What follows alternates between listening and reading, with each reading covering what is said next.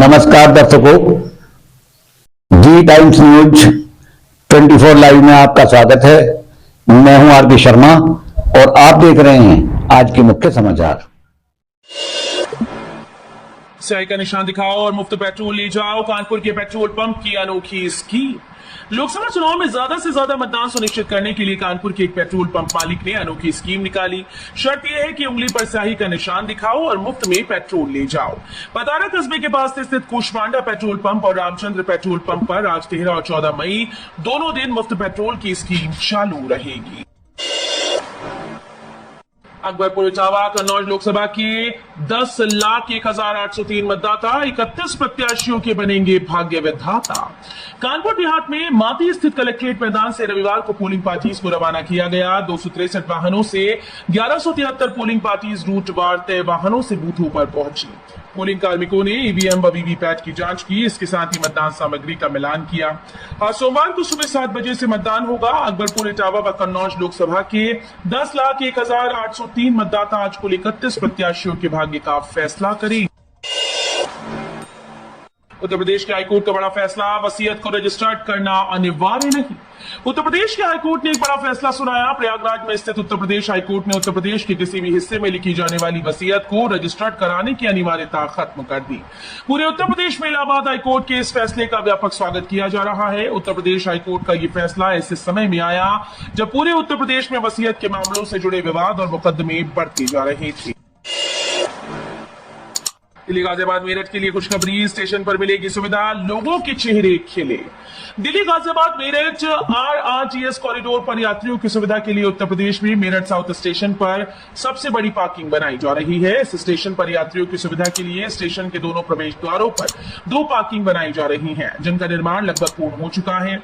Meerut south station पर जल्द नमो Bharat train में सफर करने की सुविधा उपलब्ध होगी। माफिया मुक्त घोषित होगी यूपी, सीएम योगी ने बताया 4 जून के बाद का एक्शन प्लान। उत्तर प्रदेश के मुख्यमंत्री योगी आदित्यनाथ ने माफिया को चेतावनी देते हुए कहा कि 4 जून के बाद हमारी सरकार यूपी को माफिया मुक्त राज्य घोषित करने के लिए एक निश्चित कट ऑफ तारीख देगी। उन्होंने कहा कि सभी माफिया नेताओं की तरफ से अर्जित संपत्तियों को जब्त किया जाएगा और गरीबों, अनाथों, महिला संरक्षण गृहों और दिव्यांगों के घरों के लिए आवंटित कर दिया जाएगा। जेवर एयरपोर्ट के लिए नए एक्सप्रेसवे की तैयारी, नोएडा अथॉरिटी ने एनएचएआई को दोबारा लिखा लेटर। जेवर में बन रहे इंटरनेशनल एयरपोर्ट से कनेक्टिविटी के लिए नोएडा के लोगों को एक नई सौगात मिल सकती है। बताया जा रहा है कि नोएडा ग्रेटर नोएडा एक्सप्रेसवे के समानांतर 32 किलोमीटर का नया एक्सप्रेसवे बनाया जाएगा। नोएडा में 28 किलोमीटर का ये एक्सप्रेसवे होगा, जबकि 4 किलोमीटर का लिंक रोड बनाकर इसको एयरपोर्ट से कनेक्ट किया जाएगा। नए एक्सप्रेसवे को बनाने के लिए नोएडा प्राधिकरण ने एनएचएआई को पत्र लिखा था। नोएडा शहर में जल्द ही मिलेंगे बेहद सस्ते घर, प्राधिकरण ने कर ली तैयारी।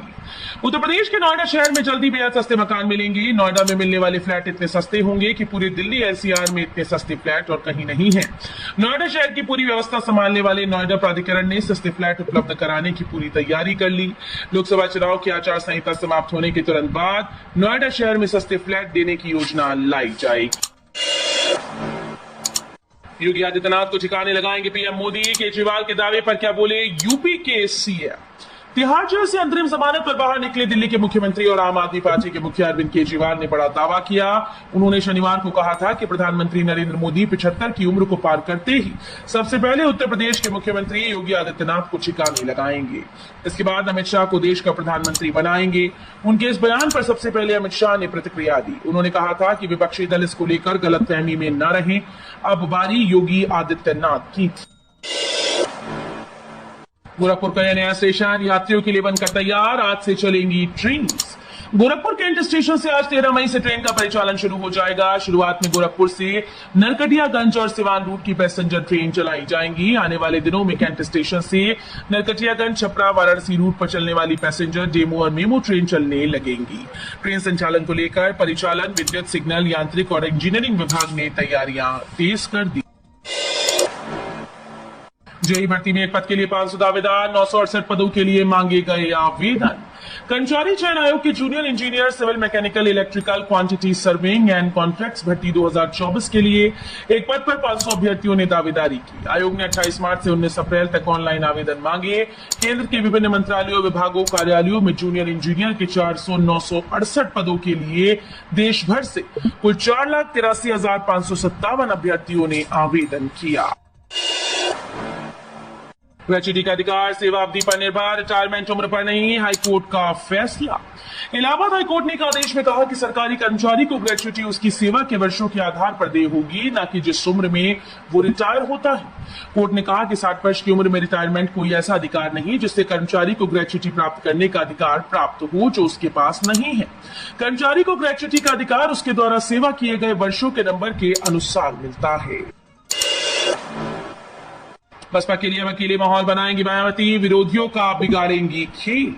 लोकसभा चुनाव के लिए अब शेष 4 चरण बचे हैं। अन्य दलों के कई नेता जहां अपने आप पार्टी के पक्ष में माहौल बनाने में जुटे हैं, वहीं मायावती अकेले स्टार प्रचारक के रूप में कमान संभाले हैं।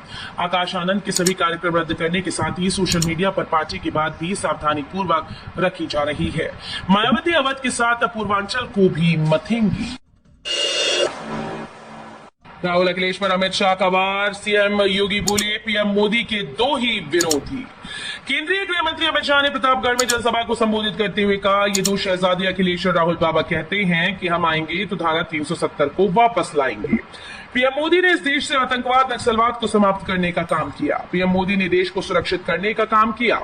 इसके बाद रायबरेली पहुंचे केंद्रीय मंत्री अमित शाह ने एक जनसभा को संबोधित करते हुए कहा कि यहाँ कई लोगों ने मुझे कहा कि ये परिवार की सीट है। प्रियंका गांधी ने कहा कि मैं अपने परिवार से वोट मांगने आई हूं।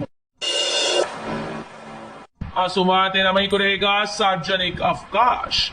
13 मई को स्कूलों, कॉलेज के साथ ही सरकारी कार्यालय बंद रहेंगे, जहां चौथे चरण के मतदान होना है। निजी कार्यालयों से कहा गया कि वे अपने कर्मचारियों को मतदान के दिन सवैतनिक छुट्टियां लेने की अनुमति दें। इन राज्यों के जिलों में रहेगी छुट्टी: बहराइच, शाजापुर, अकबरपुर खीरी, कानपुर धरोहरा, कन्नौज, सीतापुर, इटावा, हरदोई, फर्रुखाबाद, मिश्रिक और उन्नाव। पीएम मोदी 16 मई को आजमगढ़ में करेंगे जनसभा। कई लोकसभा क्षेत्रों को साधेंगे प्रधानमंत्री। लोकसभा चुनाव की सरगर्मी जिले में तेज हो गई। सपा की ओर से जिले में इंडिया गठबंधन की रैली आयोजित करने की तैयारी की गई। वहीं अब जिले में 16 मई को प्रधानमंत्री नरेंद्र मोदी का आगमन हो रहा है। इस दौरान वो लालगंज सुरक्षित सीट के निजामाबाद विधानसभा क्षेत्र स्थित गंधुवई में जनसभा को संबोधित करेंगे।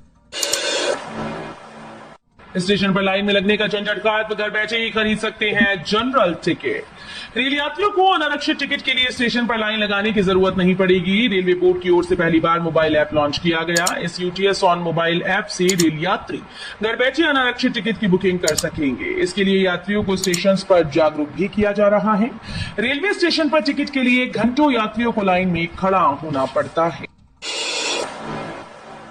स्मृति ईरानी ने दी राहुल प्रियंका को बहस करने की खुली चुनौती।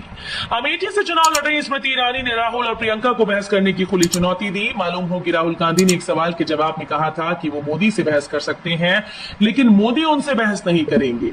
अब इस पर स्मृति ईरानी पलटवार हो गई। स्मृति ने राहुल गांधी और प्रियंका गांधी को चुनौती दी। उन्होंने कहा कि कांग्रेस खुद मुद्दों से भाग रही है। अखिलेश यादव बोले, जानो संविधान को बचाना है तो भाजपा का करें सफाया। सपा अध्यक्ष और पूर्व मुख्यमंत्री अखिलेश यादव ने कहा कि यह चुनाव संविधान और देश बचाने को लेकर हो रहा है।